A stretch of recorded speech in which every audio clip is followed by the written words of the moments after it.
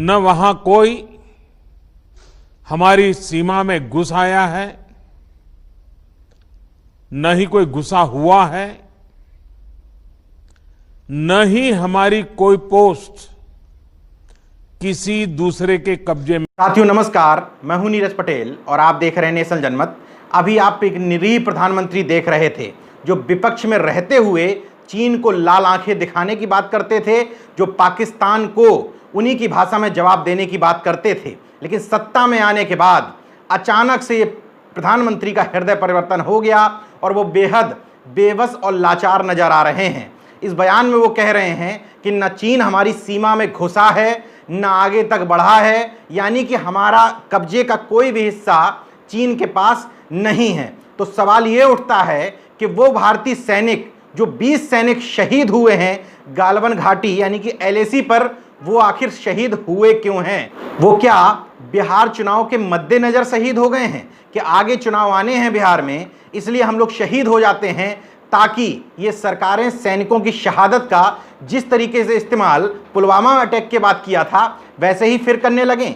ये आरोप मैं अपनी तरफ से नहीं लगा रहा हूं, बल्कि तमाम सारे विपक्षी दल भी लगा रहे हैं। लेकिन इस आरोप का कारण प्रधानमंत्री नरेंद्र मोदी खुद हैं। उन्होंने अपने बयान में किस तरीके से सेना को बांटने की सियासत रची है, उनका बयान सुन लीजिए। ये पराक्रम बिहार रेजिमेंट का है।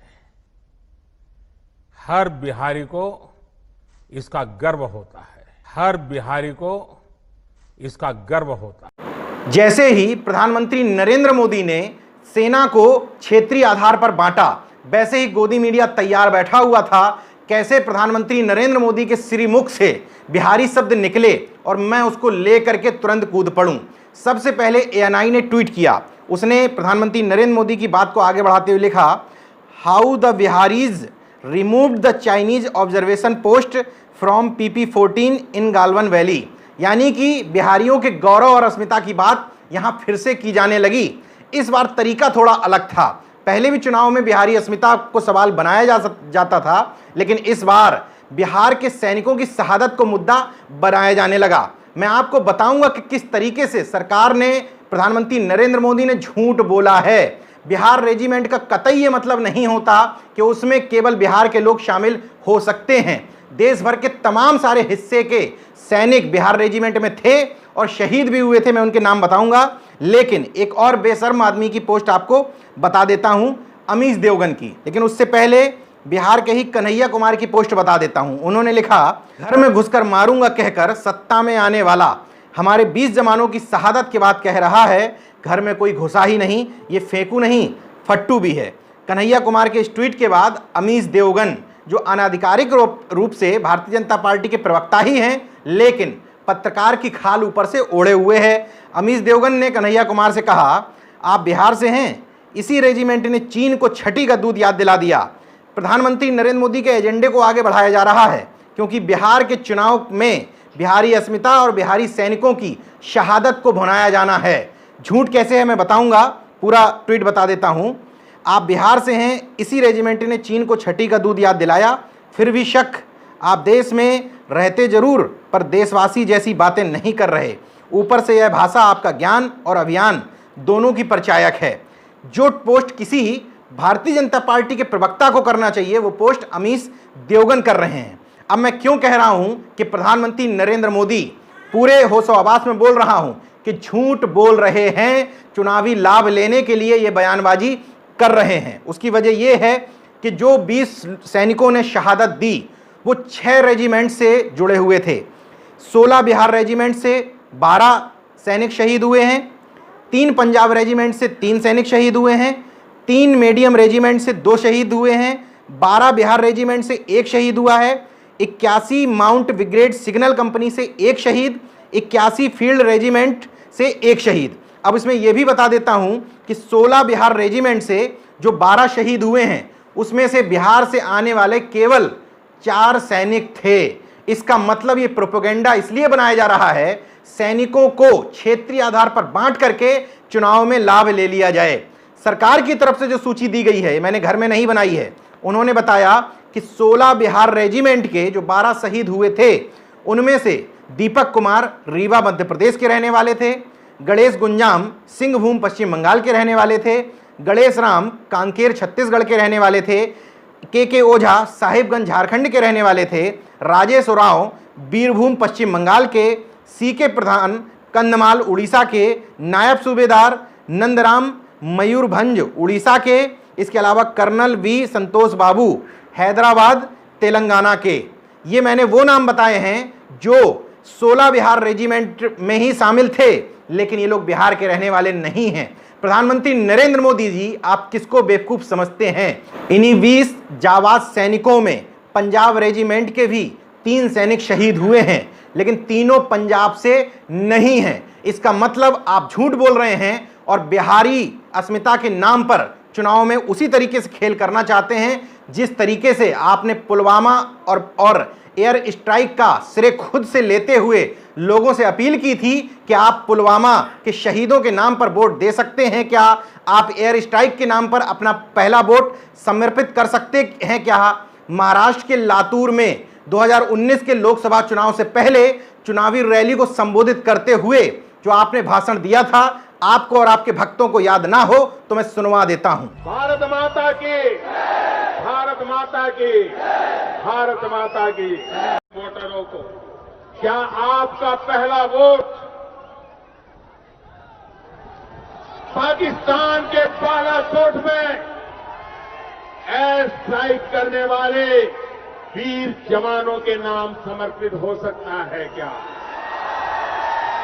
मैं मेरे फर्स्ट टाइम वोटर से कहना चाहता हूं कि आपका पहला वोट पुलवामा में जो वीर शहीद हुए, उन वीर शहीदों के नाम आपका वोट समर्पित हो सकता है क्या?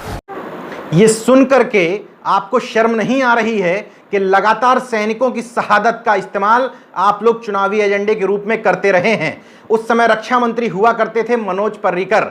उसी समय पुलवामा अटैक के बाद में आपने कहा कि हमने सर्जिकल स्ट्राइक की। पूरे देश में घूम घूम करके उसका श्रेय लिया गया, होर्डिंग लगवाई गई। संभवतः मेरे देखते हुए पहले क्या होता था मैं नहीं जानता, लेकिन जब से मैंने होश संभाला है तब से शायद ये पहला मौका था जब सैनिकों की शहादत का, सैनिकों के शौर्य और पराक्रम का इस तरीके से राजनीति के लिए इस्तेमाल और श्रेय लिया जाता रहा हो। अगर आप लोगों की नीयत इतनी ही ठीक है तो मैं उत्तर प्रदेश की बात करता हूं, जहां पर मुख्यमंत्री हैं योगी आदित्यनाथ। वहां पर जवानों को इस तरीके से प्रताड़ित और परेशान ना होना पड़ता। बगल में एक तस्वीर देख रहे हैं, ये अमेठी की तस्वीर है, और जो धरने पर बैठे हुए हैं ये जम्मू राष्ट्रीय राइफल्स डोगरा रेजिमेंट के सैनिक हैं जो पुंछ में तैनात हैं। नाम है ब्रजेश दुबे। इनको अपनी पत्नी के साथ में उप जिलाधिकारी कार्यालय पर धरने पर इसलिए बैठाला गया क्योंकि जब ये सीमा पर देश की रक्षा के लिए तैनात थे, उसी समय किसी ने, दबंग ने इनकी जमीन हड़प ली थी। इसलिए अब ये चक्कर लगा रहे हैं कि इन्हीं की जमीन इनको वापस मिल जाए। दूसरा उदाहरण आपको बताता हूं, प्रयागराज में एक थाना है सोरांव थाना क्षेत्र में गलत तरीके से एक मलखान सिंह पटेल नामक सैनिक जो छुट्टी पर घर आए हुए थे, उनको पुलिस ने एक मामले में फंसा करके न सिर्फ हवालात में बंद कर दिया, बल्कि एक महिला से बुला करके वहीं थाने में तहरीर लिखवाई गई, उनको बुरी तरीके से मारा पीटा गया। बाद में जब ये मामला कोर्ट में पहुंचा, वहां के स्थानीय विधायक डॉक्टर आर.के. वर्मा ने हस्तक्षेप किया, एडीजी को उन्होंने लिखा पढ़ी करी, तब इस मामले में आगे जांच हुई। मुझे फिलहाल कोई जानकारी नहीं है कि क्या हुआ इस मामले में। इतना पता है कि कोर्ट ने स्पष्ट तौर पर फटकार लगाई थी कि किसी सैनिक के साथ इस तरीके से दुर्व्यवहार नहीं करना चाहिए। तस्वीरें आप देख रहे हैं। और तीसरा एक सर्वविदित मामला है बीएसएफ जवान तेज बहादुर यादव का। तेज बहादुर यादव ने क्या कहा था कि हमें खाना ठीक नहीं मिलता है। उन्होंने केवल अपने रसमलाई की मांग नहीं की थी, उन्होंने सभी सैनिकों के साथ हो रहे दुर्व्यवहार की और अच्छे खाने न मिलने की शिकायत की थी। वो लोग जो कहते हैं कि हम सैनिकों का सम्मान करते हैं, उन्हीं की सरकार के समय में तेज बहादुर यादव को कुछ समय बाद नौकरी से निकाल दिया जाता है। जब वो चुनाव लड़ने बनारस जाते हैं तो उनका पर्चा कैंसिल करवा दिया जाता है। फिर भी ये लोग और इनके चमचे राष्ट्रवादी बने रह जाते हैं, इसलिए क्योंकि हमारे आंख पर पट्टी पड़ी हुई है। चीन के दुस्साहस को लेकर के लगातार देशवासियों से बहुत कुछ छुपाने की कोशिश की जाती रही। लगातार विपक्ष की तरफ से इस पर सवाल उठते रहे कि आखिर चीन जो लगातार भारत के क्षेत्र में प्रवेश करने की कोशिश कर रहा है, चाहे वो अरुणाचल प्रदेश का मामला रहा हो या इसी गालवन घाटी और एलएसी का, लेकिन सरकार हमेशा कहती रही ऑल इज वेल। तो आखिर 20 सैनिकों को शहादत क्यों देनी पड़ी, इसका उत्तर पूरी सरकार के पास नहीं है। केवल वो लोग अपने अपने मुंह लेकर के घूम रहे हैं और उसका चुनावी इस्तेमाल करना चाहते हैं। एक घायल सैनिक थे इसी घटना में, सुरेंद्र सिंह, उनके पिता का आज तक चैनल ने इंटरव्यू लिया। उसमें वो स्पष्ट तौर पर कह रहे हैं कि कल 11-12 बजे की बात है, फोन आया मेरे पास अचानक। मैंने पूछा कैसे हो, बोले ठीक हूं। कहाँ है, मैं तो हॉस्पिटल में दाखिल हूं, लेके आसपास हूं कहीं। बोला ठीक हूं, इलाज चल रहा है वहां। हम 300-400 आदमी थे, वो 2000 से 2500 थे। ज़्यादा घेरे में आ गया मैं, अचानक आया, पता ही नहीं चला। उसके पास रॉड थे, डंडे थे और पत्थर चलाए जा रहे थे। हमारे पास कुछ नहीं था। जब उन्होंने खूब हाथापाई की, झगड़ा हुआ, बच के आए, क्या करते, भगवान बचा लिया। 10-12 टाँके सिर पर लगे हैं, हाथ पांव में लगी है। जो हुआ फोन पर वो मैंने आपको बता दिया। इसमें सबसे गौर करने की बात है कि हमारे पास कुछ नहीं था, हाथ खाली थे। ये इस बात का जवाब है जब विपक्ष के नेता राहुल गांधी ये सवाल उठाते हैं कि निहत्थे सैनिकों को वहां पर किसके आदेश से भेजा गया था। तो ये तमाम सारे लोग, एस जयशंकर जो विदेश मंत्री हैं, अमूमन कुछ भी बोलते हुए नजर नहीं आते हैं, लेकिन इस पूरे मामले में इनका बयान भी सामने आता है। पहले राहुल गांधी का बयान सुन लीजिए, उसके बाद बताता हूं कि डॉक्टर एस जयशंकर यानी कि विदेश मंत्री ने राहुल गांधी को क्या जवाब दिया था। भाई और बहनों, चीन ने हिंदुस्तान के शस्त्रहीन सैनिकों की हत्या करके एक बहुत बड़ा अपराध किया है। मैं पूछना चाहता हूं, इन वीरों को बिना हथियार खतरे की ओर किसने भेजा और क्यों भेजा, कौन जिम्मेदार है?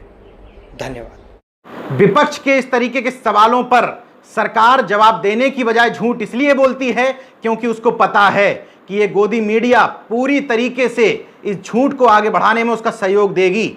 बल्कि अगर विपक्ष सवाल करेगा कि एक्चुअल स्थिति बताइए देशवासियों को कि हमारे सैनिक शहीद क्यों हुए, ये देश के लोगों को, विपक्ष को पूछने का हक क्यों नहीं है, लेकिन ये गोदी मीडिया घेर करके विपक्ष पर हमलावर होती है और कहती है कि राजनीति करने का वक्त नहीं है। ये पूछना कि सैनिक शहीद क्यों हुए, उस सीमा पर क्या चल रहा है, और ये कहना कि वो लोग हमारी सीमा में घुसे ही नहीं थे, तो क्या ये कहने का मतलब ये नहीं है कि गालवन घाटी को पूरी तरीके से चीन के लिए छोड़ दिया गया है? अगर इस तरीके के सवाल उठाए जा रहे हैं तो क्यों गलत हैं? एस जयशंकर ने इसका जवाब दिया, let's us get the facts straight, all troops on border duty always carry arms. यानी कि जब भी ये लोग बॉर्डर पर ड्यूटी करते हैं हमेशा आर्म्स लेकर के चलते हैं, specially when leaving post, specially जब वो कोई पोस्ट छोड़ते हैं।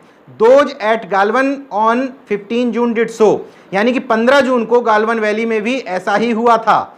Long standing practice as per 1996 and 2005 agreements, वो बता रहे हैं कि 1996 और 2005 में आपकी सरकार के रहते हुए ही जो एग्रीमेंट हुए थे, समझौते हुए थे, उसी के तहत वो ऐसा करते हैं। अब यहाँ पर डबल झूठ। पहले तो वो कह रहे हैं कि सैनिक हथियार लेकर के चलते हैं, लेकिन चलाए इसलिए नहीं गए क्योंकि 1996 और 2005 का एग्रीमेंट था। अगर आप सही बोल रहे हैं कि तो जो जवान के पिता अभी कह रहे थे एक जवान के हवाले से, तो क्या वो झूठ बोल रहे हैं? इसके अलावा बगल में एक तस्वीर आप देख रहे हैं, ये तस्वीर समाचार पत्रों में छपी है। ये शहीद गुरतेज सिंह के चेहरे की तस्वीर है। देख सकते हैं कि चीन ने किस तरीके से दरिंदगी की है। इनका पार्थिव शरीर लेकर के जो लोग पहुंचे थे जवान, उन्होंने पेपर को इंटरव्यू देते हुए कहा, पंजाब के मानसा में साथी का पार्थिव शरीर लेकर के पहुंचे सिख रेजिमेंट के जवानों ने बताया, हमें तो सरकार की ओर से अनुशासन में रहने के निर्देश हैं, इसलिए हाथ बंधे हैं, वरना जवाब तो हमें भी बखूबी देना आता है। घुसपैठ करने वाले चीनी सैनिक हमें उकसाने की कोशिश करते रहे, लेकिन हम निहत्थे होने के चलते कुछ नहीं कर पाते हैं। स्पष्ट तौर पर पूरे रेजिमेंट के लोग कह रहे हैं। क्या ये लोग झूठ बोल रहे हैं? इसके अलावा एक टीवी चैनल पर यह खबर चलाई जा रही थी एस जयशंकर की, और उसका एंकर था अमीश देवगन, यानी कि भारतीय जनता पार्टी का अघोषित प्रवक्ता। तो ये संभव नहीं है कि वो व्यक्ति झूठ खबर चला रहा हो। एस जयशंकर के बयान के हवाले से उसने बताया, ये कह रहे हैं कि झड़प के दौरान हथियार इस्तेमाल न करने का समझौता है, जबकि retired lieutenant general HS. Panag स्पष्ट तौर पर कहते हैं कि 1996 के समझौते का अनुच्छेद 6 बताता है कि यह समझौता सीमा प्रबंधन में प्रभावी है, ना कि रणनीतिक सैन्य संकट की स्थिति में। अगर सुरक्षा बलों को ऐसा लगता है कि उनकी जान खतरे में है तो वो सभी लोग हथियारों का इस्तेमाल कर सकते हैं। इसका मतलब जो 2 किलोमीटर के दायरे में एस जयशंकर साहब बता रहे हैं कि समझौते के तहत हथियारों का इस्तेमाल नहीं कर सकते, वो तब के लिए है जब सामान्य परिस्थिति में बॉर्डर पर सेना तैनात होगी। लेकिन ऐसी परिस्थिति में जब कोई सैनिक अपने सैनिकों को मरते हुए देख रहा हो, ऐसे समय में संभव ही नहीं है कि वो लोग हथियार लिए रहें और उन हथियारों का इस्तेमाल ना करें। इसी पर एक और झूठ सामने आता है कि जब इन सैनिकों के साथ, निहत्थे सैनिकों के पास हथियार नहीं थे और चीनी सैनिक पूरी तैयारी में थे, तो आखिर वो खबर कहां से आ गई कि भारतीय सेना ने 43 चीनी सैनिकों को हताहत कर दिया। मैं मानता हूं कि 43 कर दिए, मैं मानता हूं 430 भी कर दिए हों, लेकिन मेरा सवाल तो यह है कि भारत के जवान, भारत के सैनिक आखिर शहीद क्यों हुए? किसके आदेश से ये लोग हथियार लेकर के नहीं चल रहे थे? ये सवाल निश्चित तौर पर इन सरकारों से पूछा जाना चाहिए।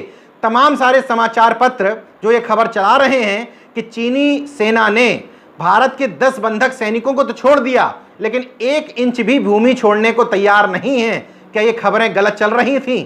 अगर गलत चल रही हैं तो केंद्र सरकार को इन लोगों को नोटिस दे करके कहना चाहिए कि आप लोग गलत खबर चला रहे हो। लेकिन इतनी हिम्मत नहीं है, क्योंकि लगातार देशवासियों से इस मामले पर झूठ और सिर्फ झूठ बोला जा रहा है। हर बार इस तरह के घटनाक्रम सामने आने पर सस्ती देशभक्ति के तहत चाइनीज झालरों का जो 20-25 रुपए की लागत की होती है, उनका विरोध किया जाने लगता है।